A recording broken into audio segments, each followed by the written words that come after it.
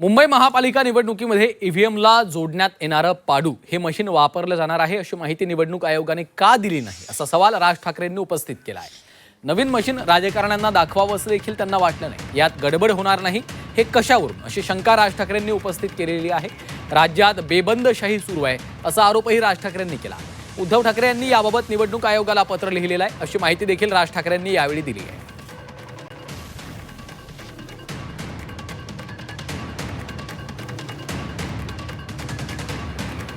आता त्यांनी एक काहीतरी पाडू नावाचं एक काहीतरी मशीन आणलंय, प्रिंटिंग ऑक्झिलरी डिस्प्ले युनिट। हे कोणत्याही राजकीय पक्षाला सांगितलेलं नाही, कोणत्याही राजकीय पक्षाला दाखवलं नाहीये। मला असं वाटतं आता उद्धव ठाकरेंच्या पत्रावरती निवडणूक आयोगाला हे पत्र गेलेलं आहे की हे तुम्ही आम्हाला कधी दाखवलं नाही। हे नवीन काय युनिट आणलंय तुम्ही, हे लोकांनाही माहिती नाही, जनतेलाही माहिती नाही। आणि हे नव्याने तुम्ही आता हे त्या ईव्हीएम मशीनला लावणार आहात, हे काय मशीन आहे?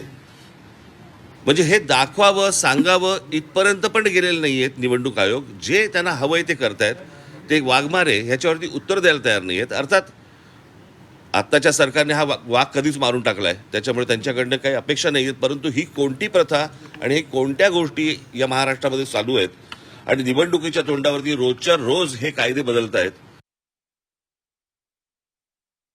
काँग्रेस उद्धवजी किंवा त्यांना असं वाटतं की आमचा पराभव होणार आहे। पराभवापूर्वीची तयारी आहे। मशीनवर दोष देणे, ज्या ठिकाणी काँग्रेस जिंकते त्या ठिकाणी मशीनवर दोष देत नाही।